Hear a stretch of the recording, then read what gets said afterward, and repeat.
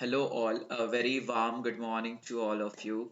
I welcome you to the Business Standard newspaper analysis of 7th of December, that is of today. My name is Rahul Kopulwar and I am your faculty for general awareness. Some of the news which we will going to study is with respect to Startup India Action Plan, National Crime Records Bureau, Injustice on Women, Belt and Road Initiatives update about Italy, and some of the editorials with respect to Cyclone, with respect to GDP, and with respect to women empowerment, and so on and so forth.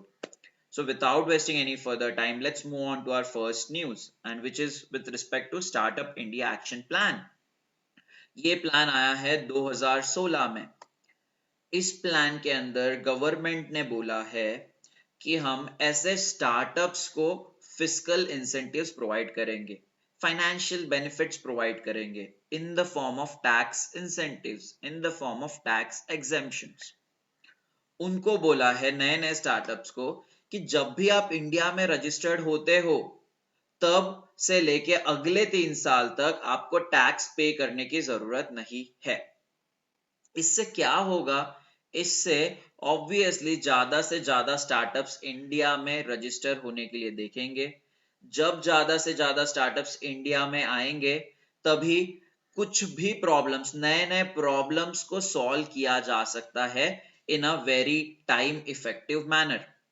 ठीक है, अगर मान के चलो यार, एक अगर Bajaj auto को एक ऑटो बनाना है या फिर एक नया प्रोडक्ट लॉन्च करना है तो उनको वो चीज को 3 साल लग जाएंगे. क्यों? क्योंकि उनको मैनेजमेंट से पूछना पड़ेगा, उनके बहुत सारे पॉलिसीज रहेंगे, तो बहुत सारे अप्रूवल्स लेने होते हैं एक बड़े कंपनी में. बट अगर एक नया स्टार्टअप, अगर राहुल ने कोई नया स्टार्टअप ओपन किया है तो यार वो एक बार गवर्नमेंट से अप्रूवल ले लेगा, देखेगा प्रोडक्ट मार्केट फिट है या नहीं है, और अपना प्रोडक्ट 6 महीने में ही लॉन्च कर देगा. तो इससे क्या हो रहा है? इससे राहुल को तो इनकम हो ही रही है, बट उसके वजह से एक्सपोर्ट्स भी बढ़ाए जा सकते हैं क्योंकि जल्दी से जल्दी प्रोडक्ट बन रहा है. तो 6 महीने में राहुल ने प्रोडक्ट बना दिया, एक्सपोर्ट कर दिया, राहुल को एक्सपोर्ट इनकम आ गया, एंड इन टर्न इंडिया का फॉरेन एक्सचेंज रिजर्व्स बढ़ गया, आरबीआई का फॉरेन एक्सचेंज रिजर्व्स बढ़ गया. तो स्टार्टअप में काफी ज्यादा पोटेंशियल है, एक्सपोर्ट पोटेंशियल है, वो काफी सारे लोगों को जॉब्स प्रोवाइड कर सकते हैं. इसीलिए हमने बोला कि स्टार्टअप्स आप इंडिया में आओ, और आप इंडिया में आते हो तो हम 3 साल के लिए आपको टैक्स एग्जेम्पशन प्रोवाइड करेंगे. तो ये प्लान कब आया था? जनवरी 2016 में गवर्नमेंट ऑफ इंडिया ने इसको लॉन्च किया था. ओके, चलो let's move forward then. China's belt and road initiative. ठीक है, यहाँ पे क्या बोला है China's belt and road initiative में? चाइना क्या करना चाहता है? चाइना जो है ना, पूरे वर्ल्ड के कंट्रीज के साथ इंटरसेक्ट होना चाहता है, इंटरकनेक्टेड रहना चाहता है, ताकि वो अपना ट्रेड वो कंट्रीज के साथ बढ़ा सके. ठीक है, चाइना क्या करना चाह रहा है? अपना ट्रेड हर एक कंट्री के साथ बढ़ाना चाहता है, जिसके वजह से चाइना के पास ज्यादा से ज्यादा एक्सपोर्ट इनकम आए और जिसके वजह से उसका फॉरेन एक्सचेंज रिजर्व्स बढ़ जाए. तो ये चीज चाइना करना चाहता है. बट अभी क्या सिचुएशन है यार? चाइना ऑब्वियसली डायरेक्टली हर एक कंट्री के साथ तो रिलेटेड नहीं है. मान के चलो अगर चाइना को कुछ चीज सऊदी अरब भेजनी है तो उसको क्या करना होता है? चाइना के एक्सपोर्टर को ऐसा घूम के दूसरे दूसरे कंट्रीज में जाके सऊदी अरब को गुड्स डिलीवर करने पड़ते हैं. Okay, and which is a costly affair. अगर चाइना के बिजनेसमैन अपने एक्सपोर्ट से घूम के सऊदी अरब को भेज रहे हैं तो जिस केस में क्या होगा, उनका जो प्रोडक्ट रहेगा वो भी कॉस्टलियर हो जाएगा टू दी फॉरेन कंट्रीज. क्यों? क्योंकि ज्यादा डीजल लग रहा है, ज्यादा डीजल लग रहा है तो ऑब्वियसली प्रोडक्ट की कॉस्ट भी बढ़ जाएगी. अगर प्रोडक्ट की कॉस्ट बढ़ जाएगी तो चाइनीज गुड्स बाहर के कंट्री में कोई लेने को देखेगा क्या? नहीं देखेगा. क्यों? क्योंकि वो अफोर्डेबल नहीं होते हैं. इसलिए चाइना क्या करना चाहता है? चाइना ऐसा एक इंफ्रास्ट्रक्चर बनाना चाहता है जिसमें रेलवे इंफ्रास्ट्रक्चर भी आएगा, पोर्ट इंफ्रास्ट्रक्चर भी आएगा, एयर इंफ्रास्ट्रक्चर भी आएगा, हर एक तरह का इंफ्रास्ट्रक्चर बनाना चाहता है, जिसके वजह से चाइना डायरेक्टली सारे के सारे वर्ल्ड इकोनॉमीज के साथ उनको गुड्स सेंड कर सके।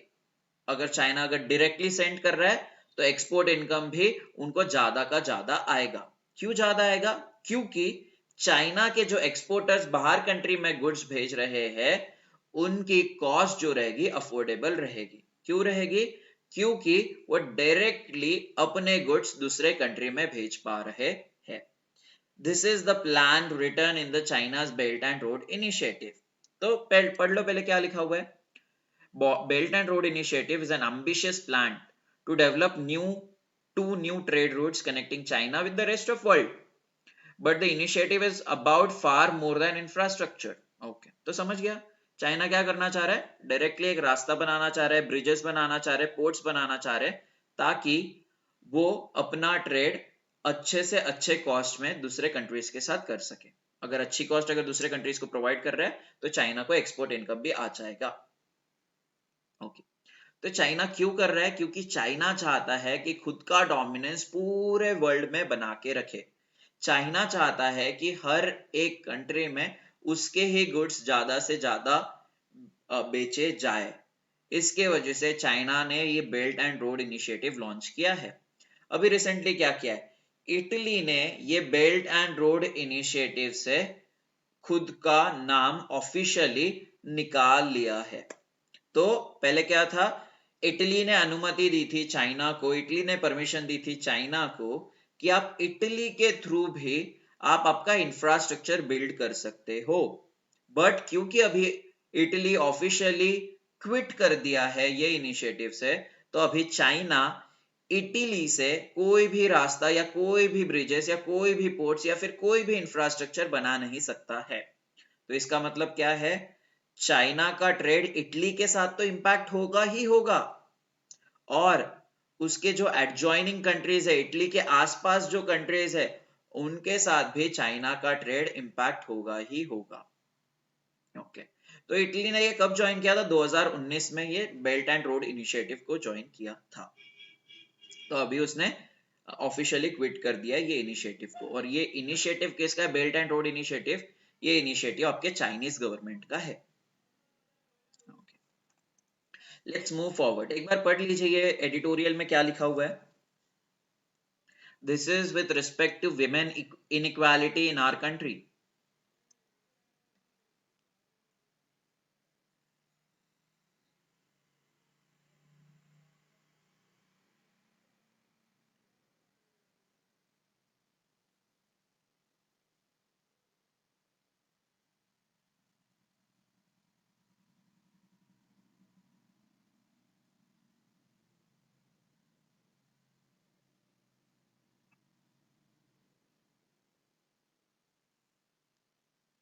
यस, तो हमें बोलना है कि ये डेटा बता रहा है, नेशनल क्राइम रिकॉर्ड्स ब्यूरो का डेटा बता रहा है कि विमेन की ना लाइफ इंडिया में बहुत प्रॉब्लम से भरी हुई है।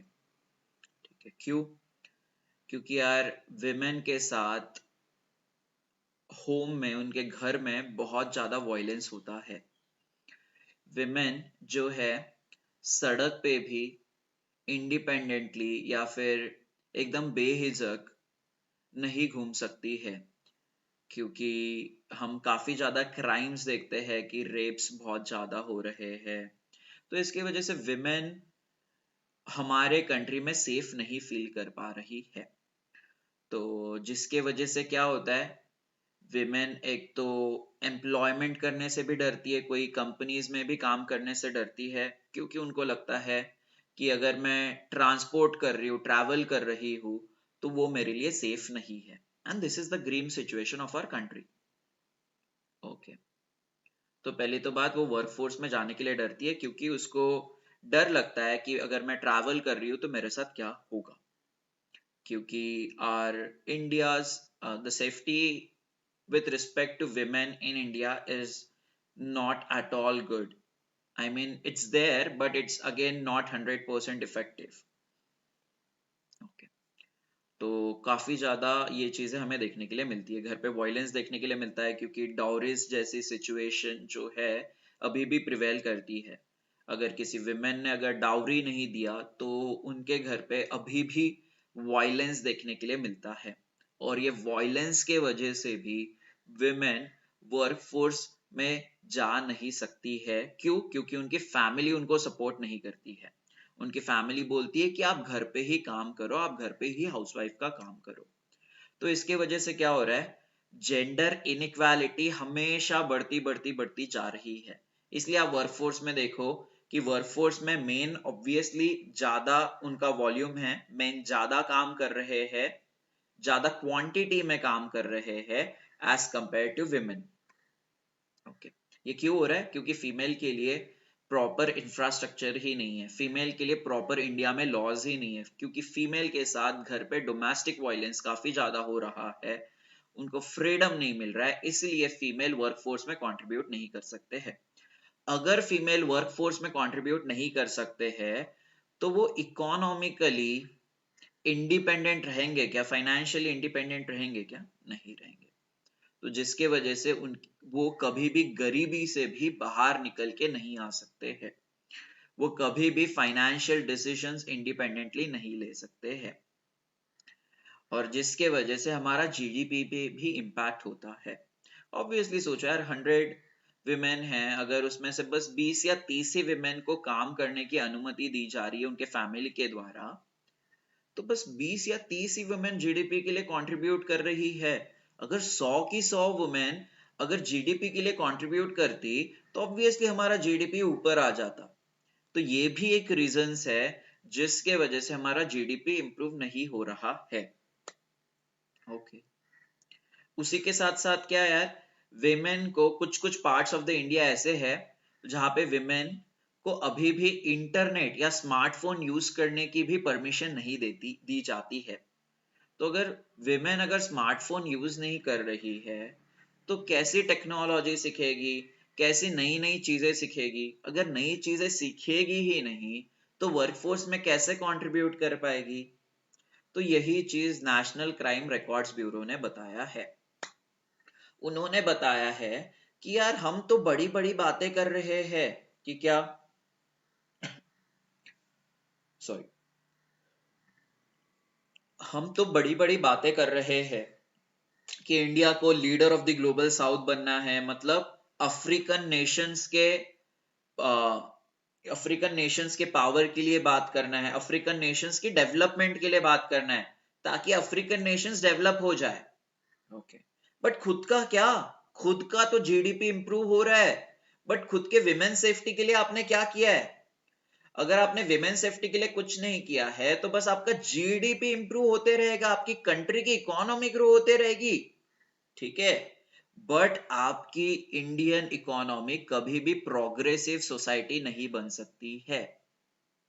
इंडियन इकोनॉमी कभी भी ऐसी नहीं बन सकती है जहां पे विमेन अपने आप को सेफ फील कर पाए, जब तक अगर हम कुछ भी पॉलिसीज या फिर उसका इम्प्लीमेंटेशन ठीक से इंडिया में नहीं कर रहे हैं तो। ठीक है, तो यही चीज उन्होंने बोली है। एक एक लाइन पढ़ के हम देखेंगे कि क्या क्या डेटा आपके लिए इंपॉर्टेंट हो सकता है। ओके, तो अगर ये सारी चीज अभी तक जो मैंने पढ़ाई है आपको, सारी चीज अगर समझ में आ गई है ये आर्टिकल के बारे में, तो आप एक एक लाइन भी पढ़ोगे तो आपको खुद ब खुद समझ में आ जाएगा। चलो तो देखते हैं। Even as India seeks a place at the global high table with leadership of the global south or permanent membership of the UN Security Council, India को यूएन सिक्योरिटी काउंसिल का परमानेंट मेंबर भी बनना है, पर यार खुद के women की सिक्योरिटी के लिए भी तो काम करो ना, तभी जाके इतने बड़े बड़े ख्वाब देखो, ऐसा नेशनल क्राइम रिकॉर्ड्स ब्यूरो ने बोला है। तो NCRB data offers a green counter point that the एबिसमल levels of women safety बहुत खराब है। 2022 में अगर हम देखते हैं तो 4% राइज हमें देखने के लिए मिल रहा है इन क्राइम्स अगेंस्ट विमेन अगेंस्ट 2021। 2022 की अगर हम बात कर रहे हैं तो 4,45,256 रिपोर्ट्स फाइल किए गए हैं अगेंस्ट दी वुमेन क्राइम्स, तो जिसमें से 51 एफआईआर हर घंटे में फाइल किए जाते हैं। ये 4,45,256 केसेस को अगर आप पर आवर भी कंसिडर करोगे ऑल राउंड द ईयर, तो that is equivalent to 51 FIR every year. But ये 51 एफआईआर ही फाइल होते हैं क्या? नहीं नहीं, 51 एफआईआर ही फाइल होते तो है, बट क्राइम्स इतने ही होते हैं क्या विमेन के अगेंस्ट में? नहीं, क्राइम्स बहुत ज्यादा होते हैं, बट विमेन आगे आने से डरती है। विमेन डरती है कि अगर हम सोसाइटी पुलिस स्टेशन में जाके अगर कंप्लेंट्स रेस करेंगे तो हमारा सोसाइटी में नाम क्या रहेगा। आपको पता होगा बहुत सारे कोई कोई विमेन्स है जिनके साथ बहुत सेक्सुअल अब्यूज होता है, डाउरी की मांग की जाती है उनके घर पे, बट वो फिर भी आगे आके पुलिस स्टेशन में नहीं बताते हैं, क्योंकि उनको लगता है कि सोसाइटी हमारे बारे में क्या सोचेगी। तो इसीलिए कुछ ही क्राइम्स रिपोर्ट किए जाते हैं अगेंस्ट वुमेन, और कुछ क्राइम्स रिपोर्ट किए ही नहीं जाते हैं। तो ये जो नंबर दिख रहा है वो एक्चुअली बहुत कम है अगर हम एक्चुअल क्राइम्स की बात करते हैं तो। ओके, द वही वही बोला है कि पुलिस को बताने में भी विमेन सेफ नहीं फील करती है, and that is a very big problem. तो यही सारी चीजें आप यहाँ पे देख सकते हो। This my The unsafe environment for women plays a role in dissuading women from entering the workforce, a factor influencing India's chronically low female workforce participation rate. ये सारी चीजें मैंने बता दी है, यहाँ पे आप डेटा देख सकते हो। ठीक है, तो आप पढ़ सकते हो यार, मैंने आपको सारा कुछ बता ही दिया है। तो यार मैं यहाँ पे एक चीज जस्ट बताना चाहता हूँ कि अगर आप ये डेटा क्या बोलते हैं, अगर ये डेटा आप एग्जाम में लिख रहे हो ना, 4% राइज, 4,45,256 केसेस, तो एग्जामिनर आपसे अच्छा कनेक्ट कर पाता है। एग्जामिनर को लगता है हाँ यार ये डेटा के साथ मुझसे बात कर रहा है, तो इसके पास अच्छा नॉलेज होगा। और अगर आप डेटा के साथ अगर किसी को कुछ चीज बता रहे हो तो उसको अच्छी भी समझ में आएगी। उसको आप एग्जाम्पल्स के साथ अगर कुछ चीजें बता रहे हो तो उसको अच्छी भी समझ में आएगी। तो इसलिए आप देखना कि मैं हमेशा अगर आपको चीज बताता हूँ तो एग्जाम्पल के साथ बताता हूँ, क्योंकि अगर एग्जाम्पल के साथ बता रहा हूँ तो आपको अच्छे से समझ में आती है। तो यही चीज आपको एग्जामिनेशन में भी फॉलो करना है। जब भी आपको चांस मिलता है डेटा और एग्जाम्पल लिखने का, तब हमेशा लिखना ही लिखना है आपको।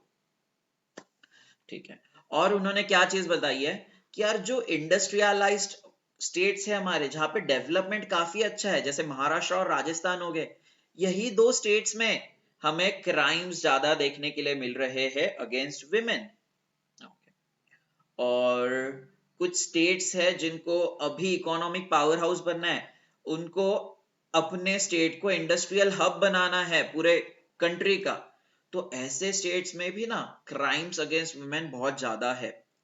तो यूपी में सबसे ज्यादा क्राइम्स स्टेट में यूपी में सबसे ज्यादा क्राइम्स अगेंस्ट वुमेन देखने के लिए दिखाई देते हैं, अगर हम पूरे कंट्री के स्टेट्स की हम बात करें तो।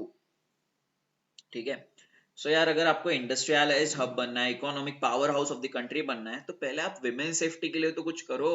अगर विमेन ही सेफ नहीं हो पाएगी तो कैसे इंडस्ट्रीज में या गवर्नमेंट जॉब्स में कैसे वो काम करेगी यार। अगर वो काम नहीं कर रही है तो आपके स्टेट का जीडीपी इंप्रूव हो पाएगा क्या? ऑब्वियसली नहीं हो पाएगा। तो यही चीज उन्होंने बोली है। पर कौन सी सबसे ऐसी सिटी है जहां पे विमेन के अगेंस्ट सबसे ज्यादा क्राइम्स दिखाई दे रहे हैं? That is obviously Delhi.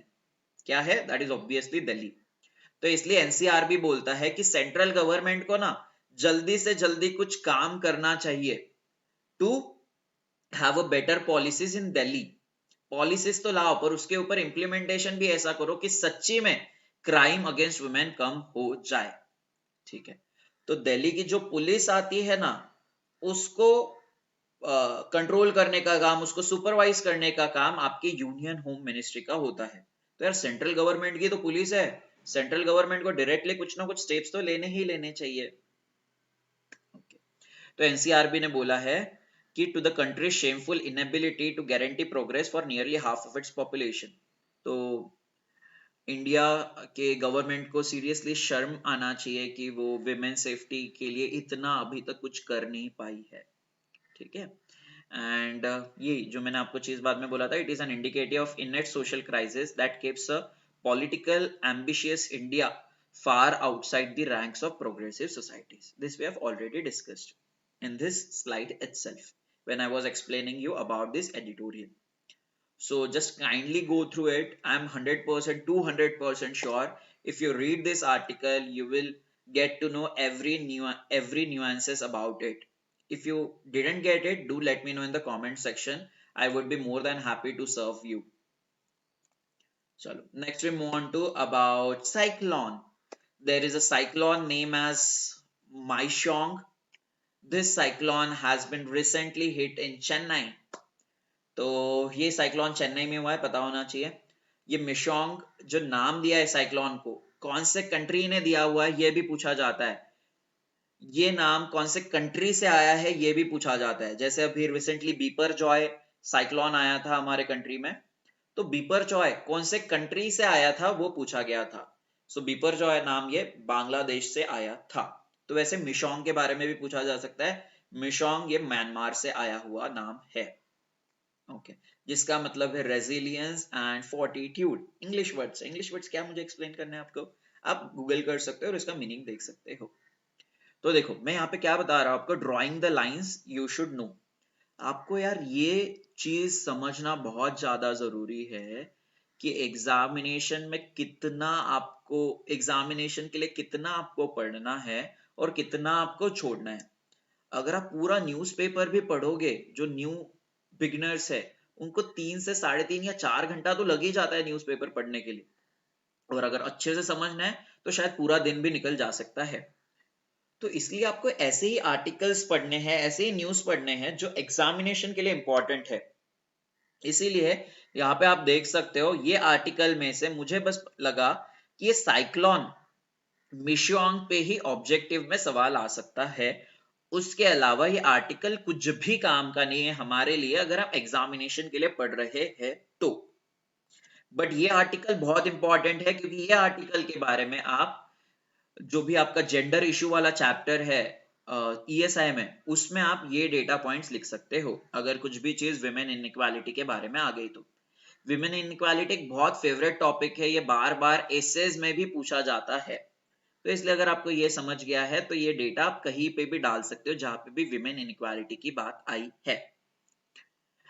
ऐसा भी सवाल आया कि अगर इंडिया रियली बस जीडीपी के मामले में प्रोग्रेस कर रहा है या फिर इंडिया में एक्चुअल हर एक इंडिविजुअल का डेवलपमेंट हुआ है, तो उसमें भी आप ये डेटा पॉइंट्स मेंशन कर सकते हो और विमेन के कंडीशंस के बारे में आप बता सकते हो. So that's why you should know which news to read and which news not to read, and that's a very important trait an aspirant should have so that he should get a success in his first attempt or max to max second attempt. So I hope we are clear here. So next we move on to another editorial which is written by one of the very famous personality, and this talks about can India become the third largest economy? If it is so, how much GDP it is required year on year so that it should become the third largest economy? And it has provided its statistics also कि क्या क्या जरूरी है अगर India को अगर fastest GDP बनना पड़ेगा, थर्ड लार्जेस्ट इकोनॉमी अगर उसको बनना है तो. एक बार जल्दी से पढ़ लीजिए, I will give you 2 minutes, तो एक बार पढ़ लीजिए क्या लिखा हुआ है. तो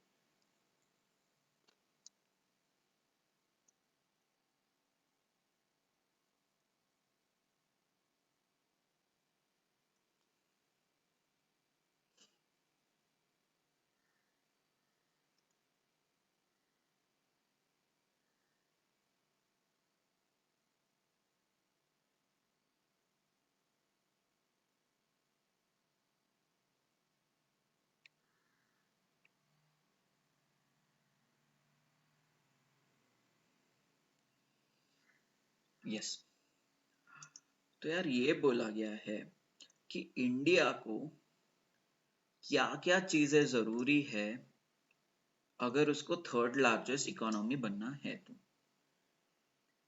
पहले तो कंट्री में गवर्नमेंट का ज्यादा से ज्यादा इन्वेस्टमेंट होना चाहिए, प्राइवेट प्लेयर्स का ज्यादा से ज्यादा इन्वेस्टमेंट होना चाहिए, हाउस होल्ड्स के द्वारा मतलब हमारे द्वारा स्पेंडिंग होनी चाहिए, और उसी के साथ साथ एक्सपोर्ट होना चाहिए इंडिया से काफी ज्यादा.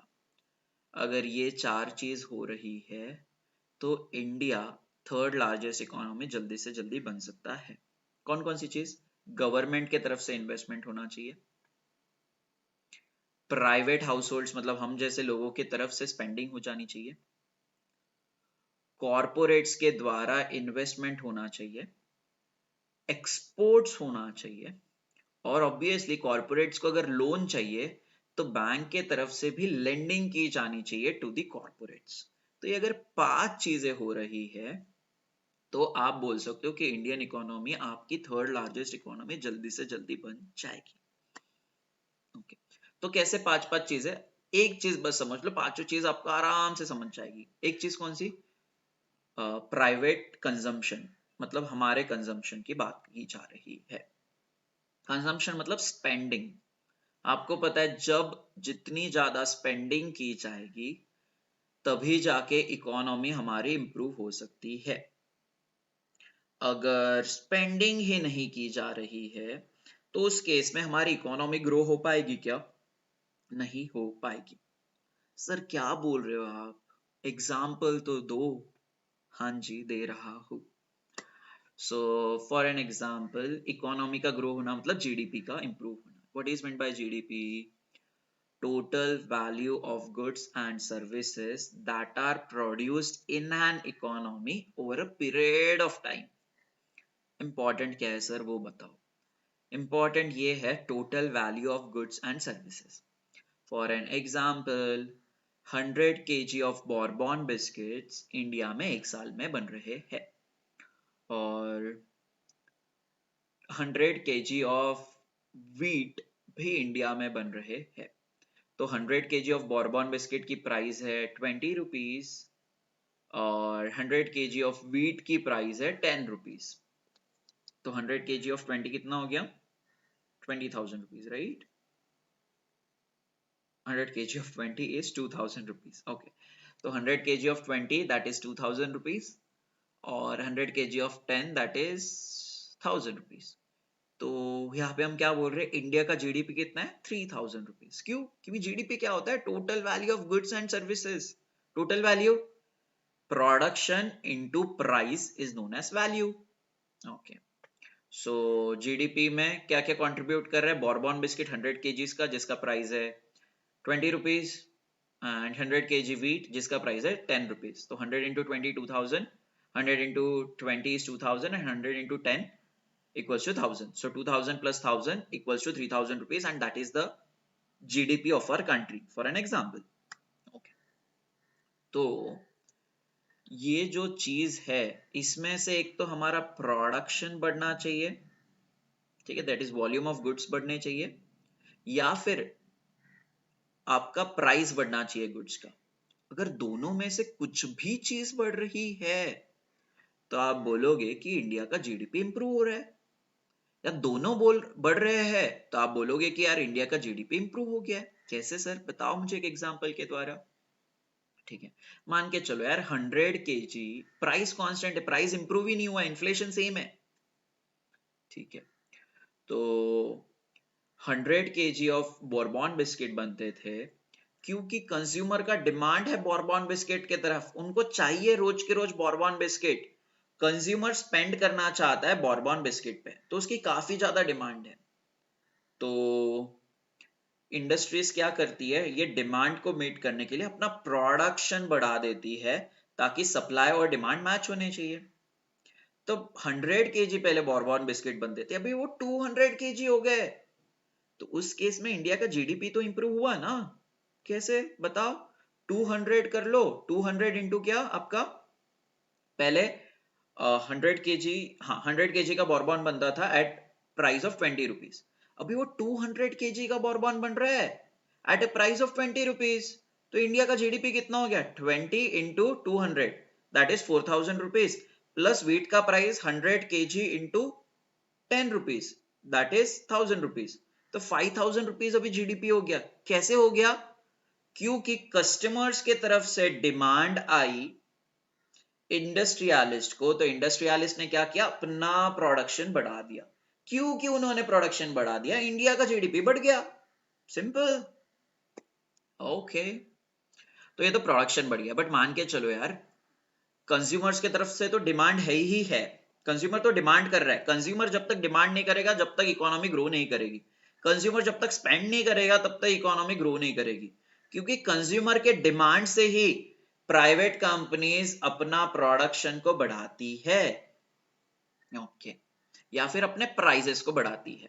मान के चलो कंज्यूमर के तरफ से डिमांड है बॉर्बन बिस्किट का, पर इंडस्ट्रीज के पास रॉ मटेरियल ही नहीं है गुड्स को प्रोड्यूस करने के लिए। तो इस केस में क्या हो रहा है, डिमांड ज्यादा है बट उतनी सप्लाई ही नहीं है क्योंकि प्रोडक्शन ही नहीं हो पा रहा है। तो उस केस में क्या होगा, when demand is exceeding the supply then we can get to see inflation. तो बॉर्बन बिस्किट की प्राइस बढ़ जाएगी। पहले बॉर्बन बिस्किट 100 kg का बॉर्बन बिस्किट आपको 20 रुपीज पे मिलता था, अभी वो चीज आपको मिलने लगी है 50 रुपीज पे। तो क्या हो गया, जीडीपी बढ़ गया क्योंकि प्राइस बढ़ गया है। 100 kg इंटू 50 कितना हो गया, 5000 रुपीज, प्लस आपका बॉर्बन प्लस आपका वीट वो कितना था, 100 kg इंटू 10 रुपीज। सो यहाँ पे 6000 रुपीज का जीडीपी हो गया है। पहले केस में क्यों हुआ था, क्योंकि प्रोडक्शन बढ़ गया था। सेकेंड केस में क्यों हुआ है, क्योंकि प्राइजेस बढ़ गई है गुड्स एंड सर्विसेज की। अगर दोनों बढ़ती है तो ऑब्वियसली और ज्यादा जीडीपी इंप्रूव होगा। Okay, I hope we are clear here. तो जब जब कंज्यूमर की तरफ से डिमांड आएगा तब तक इंडियन इकोनॉमी हमेशा ग्रो करते रहेगी। तो कंज्यूमर ने डिमांड किया तो इसलिए इंडस्ट्रीज ने अपना इन्वेस्टमेंट भी बढ़ा दिया, इन्वेस्टमेंट ने नए नए मशीनरीज लगाए और अपना प्रोडक्शन भी बढ़ा दिया। okay. तो और हमने क्या बात किया था यार, इंडस्ट्रीज जब जब प्रोडक्शन बढ़ाएगी तो क्या होगा, ज्यादा से ज्यादा वो एक्सपोर्ट भी कर पाएगी। तो एक्सपोर्ट से भी तो इनकम आ रहा है ना हमारे पास, एक्सपोर्ट से भी तो वैल्यू आ रही है, पैसा आ रहा है, जिसके वजह से भी हमारी जीडीपी बढ़ जाएगी। ओके, और क्या, बैंक को भी तो पैसा देना पड़ेगा ना यार इंडस्ट्रीज को। अगर इंडस्ट्रीज के पास पैसा ही नहीं है बट उनको डिमांड दिख रही है, तो इंडस्ट्रीज कैसे अपना कंट्री का जीडीपी बढ़ाएगा, नहीं बढ़ा सकते क्योंकि पैसा ही नहीं है। तो बैंक्स तो उनको पैसा देनी चाहिए ना। सो बैंक का भी यहाँ पे बहुत मेजर रोल होता है, ठीक है। और ऑब्वियसली गवर्नमेंट इन्वेस्टमेंट। ओके, तो फॉर एन एग्जांपल मान के चलो कि गवर्नमेंट इन्वेस्टमेंट, जैसे पीएलआई स्कीम लेके आया है गवर्नमेंट के द्वारा, PLI scheme for mobile phone manufacturing. तो यहाँ पे गवर्नमेंट क्या करना चाह रहा है, इंडिया को मोबाइल फोन का मैन्युफैक्चरिंग बेस बनाना चाह रहा है। तो वो कैसे करेगा गवर्नमेंट, जब वो कुछ कुछ इंसेंटिव्स प्रोवाइड करेगा to the mobile manufacturer. Okay, तो मोबाइल मैन्युफैक्चरर मान के चलो पहले 1000 ही फोन इंडिया में बनाते थे। तो 1000 फोन बनाते थे, 1000 फोन पे उनको 10 रुपए का एक फोन होता था, तो उनको 10,000 रुपीस का उनका टर्नओवर था। तो ये 10,000 रुपए का टर्नओवर था, तो उसमें से कुछ टैक्सेस दिया जाता था गवर्नमेंट ऑफ इंडिया को, और जिसकी वजह से उनका इनकम उनको मिल रही थी, ठीक है। बट सोचो कि गवर्नमेंट ऑफ इंडिया ऐसी बोलती है कि यार आप क्या करो, हम आपको इंसेंटिव्स प्रोवाइड करते हर एक मोबाइल फोन पे अबाउट द डिजायर्ड टारगेट। अगर आपने ये टारगेट अचीव कर लिया तो उस पे हम हर एक फोन पे आपको XYZ रुपीस हम आपको हर एक फोन पे देते रहेंगे।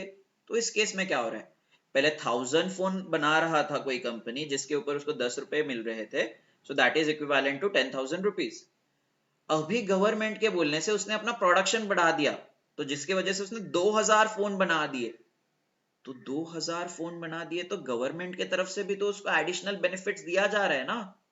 पहले उसका फोन में भी 8 रुपए में बनता था, गवर्नमेंट बोल रही है हम आपको एक फोन पे 2 रुपए की सब्सिडी प्रोवाइड करेंगे। तो आइडियली इस केस में मोबाइल फोन मैन्युफैक्चरर का कॉस्ट कितना हो गया, 6 रुपीज ओनली, क्योंकि 2 रुपए गवर्नमेंट की सब्सिडी है। तो इस केस में क्या हो जाएगा, क्योंकि प्राइवेट कंपनीज की कॉस्ट जो है मोबाइल फोन पे कम हो रही है, तो प्राइवेट कंपनीज क्या सोचेगी, हम ज्यादा से ज्यादा प्रोडक्शन करने की बात करेंगे, हम ज्यादा से ज्यादा प्रोडक्शन करेंगे। जब ज्यादा से ज्यादा प्रोडक्शन करेंगे तो क्या हो जाएगा, इंडिया का जीडीपी बढ़ जाएगा, इंडिया का एक्सपोर्ट इनकम बढ़ जाएगा, as simple as that. Okay, तो ये क्यों हो रहा है, क्यों प्राइवेट प्लेयर्स ज्यादा से ज्यादा प्रोडक्शन कर रहे हैं, क्योंकि गवर्नमेंट इन्वेस्टमेंट कर रहा है हमारे कंट्री में। ओके, तो गवर्नमेंट के इन्वेस्टमेंट के द्वारा, प्राइवेट के द्वारा इन्वेस्टमेंट किया जाता है और जिसके वजह से हमारा जीडीपी इंप्रूव हो जाता है। और सोचो यार, गवर्नमेंट इंफ्रास्ट्रक्चर बना रहा है, उसको ब्रिजेस बनाने, रेलवेज बनाने, पोर्ट्स बनाने, तो वो क्या करेगा, उसके लिए बहुत सारे लोगों को हायर करेगा। हायर करेगा मतलब लोगों के पास जॉब्स आ जाएगी, जॉब्स आ जाएगी मतलब लोगों के पास पैसा आ जाएगा, जब लोगों के पास पैसा आ जाएगा तो लोग स्पेंड करेंगे, जब लोग स्पेंड करेंगे तभी जाके इंडस्ट्रीज ज्यादा से ज्यादा गुड्स बनाएंगे, और जब इंडस्ट्रीज ज्यादा से ज्यादा गुड्स बनाएंगे तभी जाके इंडिया का जीडीपी इंप्रूव होगा। यही चीजें यहाँ पे बोली गई है। I hope it is very very very clear. मैंने बहुत अच्छे से आपको एक्सप्लेन किया है। I guess this is the last editorial. Yes, this is the last editorial. इसके बाद अगर कुछ है तो आगे देखते हैं। बट यहां तक अगर आपको समझ गया हो, ये एडिटोरियल समझ गया हो, तो do let me know in the comment section. I try to explain you in a very simplified manner. So अगर बहुत अच्छे से समझ गया है तो आप मुझे कमेंट सेक्शन में बताइए, because your comments are much more valuable to me, because this business standard newspaper analysis initiative I have recently started on the eve of Lakshmi Pujan. Okay, so मैंने जो चीजें बताई है आई गेस आपको वो clear होगी, और कुछ कुछ चीजें यहाँ पे जो बोली गई है उसके बारे में भी हम जिक्र करेंगे, उसके बारे में भी हम बात करेंगे। तो कुछ कुछ चीजें बताई है, आप वो पढ़ सकते हो। जो जो चीज मैंने नहीं बताई है ये एडिटोरियल से एक एक लाइन पढ़ के हम उसको समझेंगे। Okay, India GDP is now projected to be around 6.5%। पता है हमें, आरबीआई का प्रोजेक्शन है, पर पिछले साल कितना ग्रो हुआ था, 7% ही ग्रो हुआ था हमारा जीडीपी, और इस साल हम बोल रहे हैं बस 6.5% ग्रो होगा। फिर भी ये 6.5% बहुत कमेंडेबल नंबर है। क्यों? क्योंकि यार पूरी ग्लोबल इकोनॉमी रिसेशन से गुजर रही है, पूरे ग्लोबल इकोनॉमी में कोई भी ग्रोथ नहीं है, बट इंडियन इकोनॉमी अभी भी अच्छा परफॉर्म कर रही है। क्यों परफॉर्म कर रही है? क्योंकि ऐसा माना जा रहा है इंडिया में डिमांड काफी ज्यादा है कंज्यूमर्स के तरफ से, और प्राइवेट इंडस्ट्रीज भी अपना स्पेंडिंग कर रही है, गवर्नमेंट भी अपना स्पेंडिंग कर रही है, बैंक्स भी बहुत सारे इंडस्ट्रियलिस्ट को लोन प्रोवाइड कर रही है। क्यों? क्योंकि बैंक्स का भी बैलेंस शीट अभी क्लीन हो गया है, बैंक्स भी अभी प्रॉफिट में है, तो इसलिए वो भी बहुत सारे इंडस्ट्रीज को लोन दे रही है।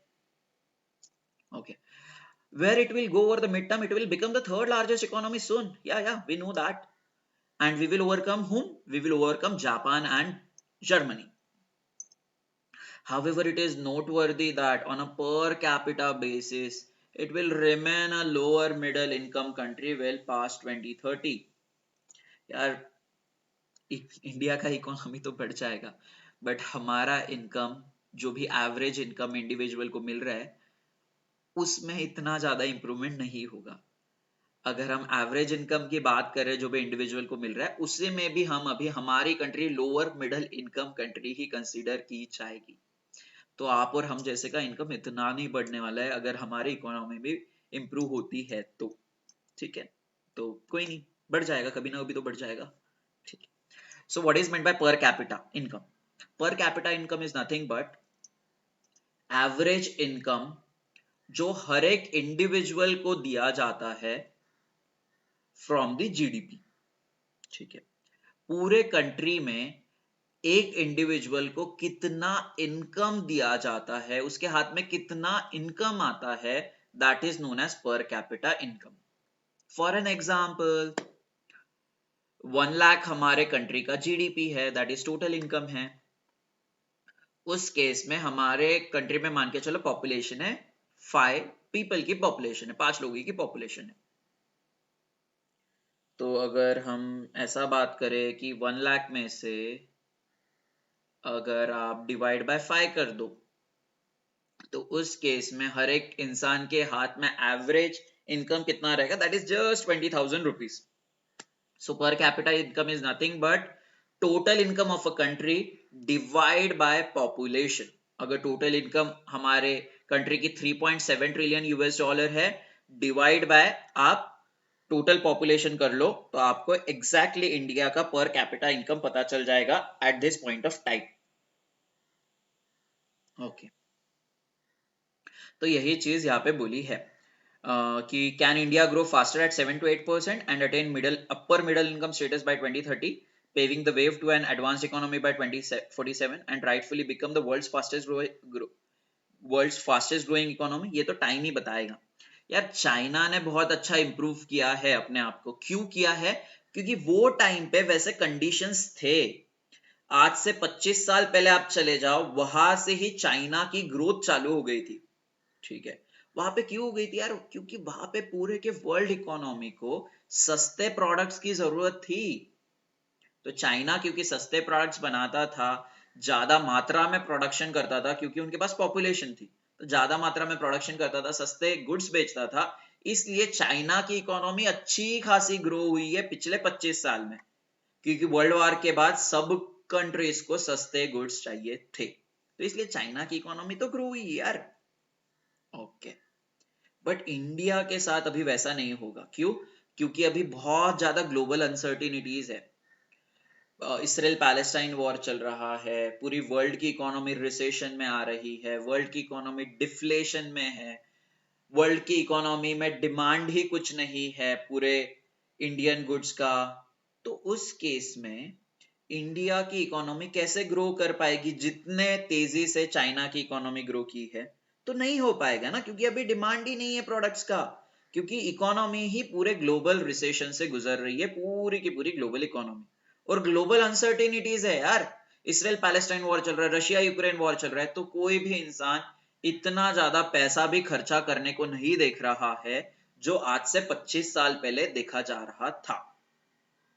ओके, तो ये जो नीचे की चीजें है we have already discussed it, जो मैंने आपको स्टार्टिंग में बताया है।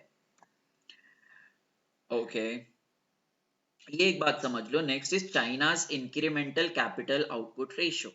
मतलब क्या?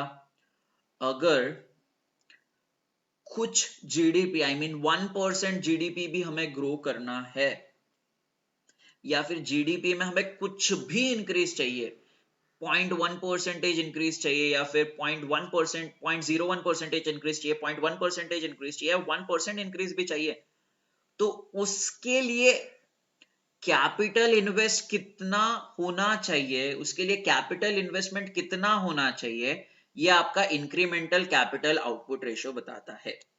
तो कितना पैसा खर्च किया जाना चाहिए अगर आपको थोड़ा बहुत भी जीडीपी इंप्रूव करना है आपके कंट्री का, वो बताता है आपका इंक्रीमेंटल कैपिटल आउटपुट रेशियो।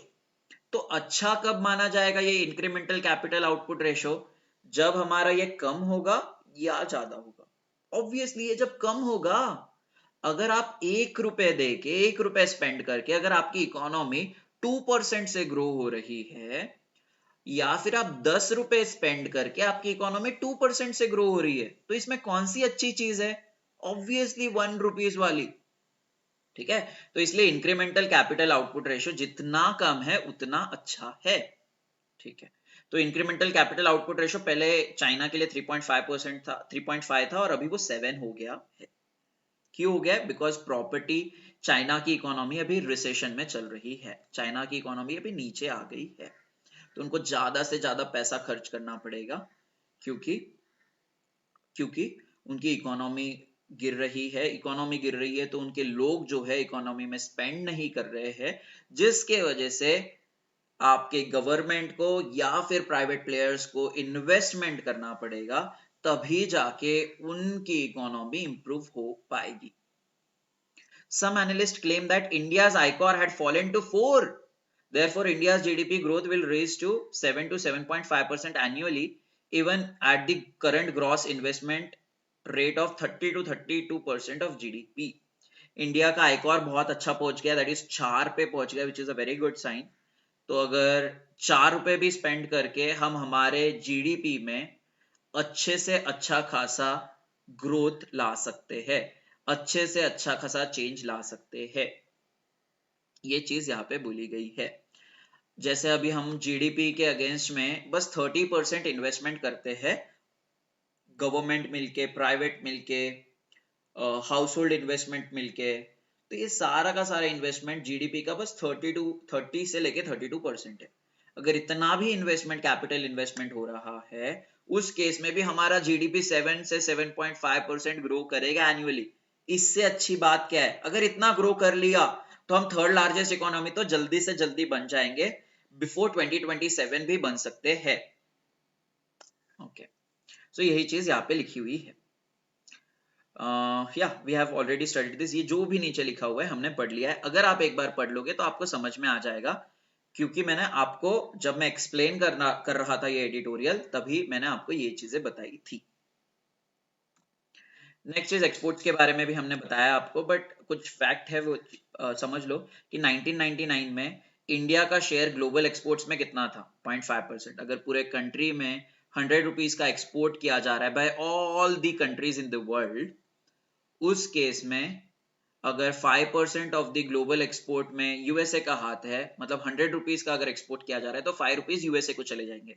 तो उसी केस में इंडिया को कितना रुपए आ रहा था? बस 0.5 rupees in the year 1990, but अभी वो हो गया 2.5%।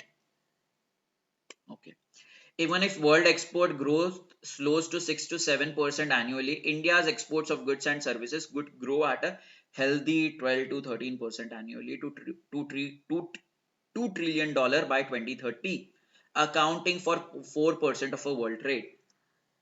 यार हमें पता है यार, वर्ल्ड के इकोनॉमी में ना डिमांड ही नहीं है, तो इसलिए हमें लगता है वर्ल्ड इकोनॉमी इतना इंप्रूव नहीं करेगी, वहां पे बाकी कंट्रीज उतना ज्यादा एक्सपोर्ट नहीं कर पाएगी।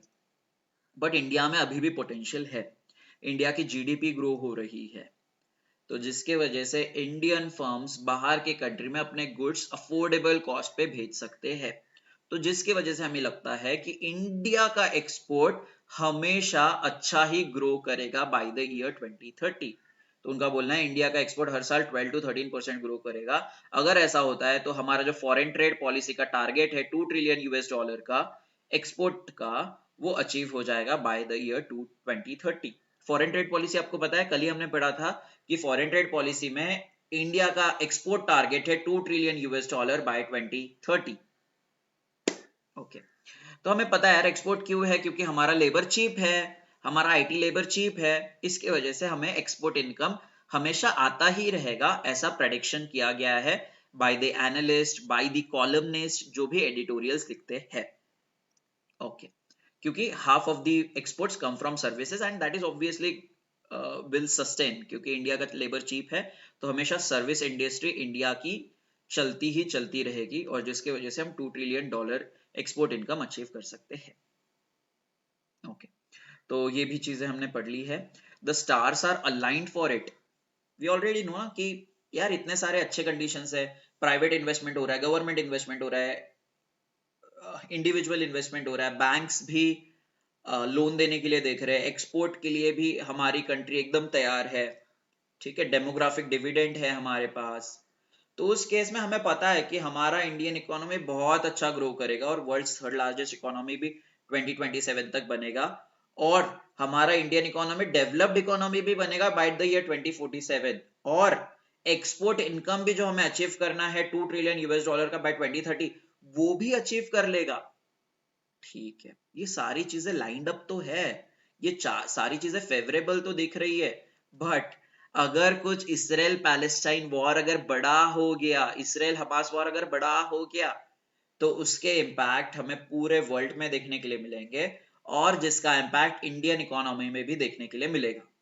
तो ये कुछ ऐसे अनसर्टेन सिचुएशन ही इंडिया को बैक स्टेप पे लेके आ सकते हैं और इंडिया को बड़ा बनाने से रोक सकते हैं, इंडिया को बड़ा होने से रोक सकते हैं। So I hope you understood this article in a very easy manner. I tried to explain it in a very very very simplified way. I'm 100% 200% sure कि अगर आप ये आर्टिकल पढ़ोगे, ये पीपीटी में जो भी चीजें लिखे हुए हैं, आप वो आर्टिकल को अच्छे से पढ़ोगे लाइन बाय लाइन, फिर भी आपको सारी कुछ चीजें समझ में आएगी। अगर नहीं समझ में आती है तो do let me know in the comment section, I would be more than happy to tell you. Okay, 16 finance commission के टर्म्स ऑफ रेफरेंस के बारे में हमने बात किए थे और उसका रेफरेंस मैंने यहाँ पे दिया हुआ है। यहाँ पे मैंने आज टेलीग्राम ग्रुप पे भी मैसेज डाला था सुबह ही कि टर्म्स ऑफ रेफरेंस में फिर से कवर नहीं करूंगा क्योंकि ये चीज हमने डिस्कस की हुई है। तो कुछ ऑब्जेक्टिव्स है यार, ऑब्जेक्टिव पॉइंट ऑफ व्यू आपको कुछ चीजें याद रखनी है। फाइनेंस कमीशन कब बनी थी? फाइनेंस कमीशन बनी थी, फर्स्ट फाइनेंस कमीशन 1951 में। ठीक है, इसका काम क्या है? We have already discussed 30th कौन से 30th ऑफ नवंबर के लेक्चर में। स्लाइड 9 पे अगर आप जाओगे तो आपको चीजें समझ में आएगी, so you can go through that. Finance commission बना था under article 280 of the constitution. First finance commission 1951 में आया था। 15th फाइनेंस कमीशन 27 नवंबर 2017 में आया था, और यही फाइनेंस कमीशन अभी चल रहा है। ओके, अभी 16th फाइनेंस कमीशन के टर्म्स ऑफ रेफरेंस आए हुए हैं, तो उनको कुछ सजेशंस देने पड़ेंगे गवर्नमेंट ऑफ इंडिया को कि कैसे टैक्सेस को बांटा जाए from the central to the state governments. ठीक है, तो सजेशंस दिए जाने वाले हैं by the 16th finance commission, which will be written in the terms of reference. For detailed understanding of the terms of reference, you can go to 30th November lecture and refer slide number 9 in the video, then you will get to know about it. तो ये कुछ static fact है, आपको याद रखना पड़ेगा। The most important thing is finance commission is setup under article 280। I guess I am not sure though, but इस पे सवाल आया हुआ है। Okay, and this is the end of our session. I know you like the session because I know from the comments that you are enjoying the session and enjoying in such a way that it's a binge watch for you. मुझे कल text आया था कि sir मैं आपके जो sessions है मैं खाना खाते हुए देख रहा हूँ या कॉफी पीते हुए देख रहा हूँ, and that is obviously a greater achievement for me. तो इसीलिए आपको ये लर्निंग सिंप्लीफाइड ही करना, ये एक मेरा विजन है। I want to do everything as simplified as possible so that you could be able to write these answers when you sit for your descriptive examination. And obviously, it would also help you in an objective paper also. Okay. So I always say, spread the positivity wherever you go, and जिसके साथ भी आप हो please उसको उसके साथ positive vibes बना के रखिए, because that is the most crucial thing. क्योंकि हमें नहीं पता कि दूसरा इंसान क्या प्रॉब्लम से गुजर रहा है। अगर आप उसके साथ अगर थोड़ा देर अगर अच्छे से बात कर रहे हो तो उसको भी खुशी हो जाएगी। That's why always say spread the positivity all around, और आपको भी बहुत ज्यादा जरूरी है क्योंकि यू आर एन एस्पिरेंट। आपको कभी कभी सेल्फ डाउट आता होगा, बट सेल्फ डाउट आने की बिल्कुल भी जरूरत नहीं है। You can text me on LinkedIn, you can text me on Telegram, you can text me on Instagram. I will be more than happy to have a call with you so that you could be confident about yourself, so that you could be confident about your preparation. And I hope you understood it. If you did, do let me know in the comment section. Do let me know how did you like this session, if you like the detailed understanding of this session or not. Your views are much more valuable to me, your comments are much more valuable to me, because I have recently started this initiative on the eve of Lakshmi Pujan. I want to make it a big hit because I want everybody's learning should be simplified as much as possible, and that is my vision. Thank you so much to all of you, and we will be meeting on the same channel tomorrow with the Business Standard newspaper analysis session. Thank you so much.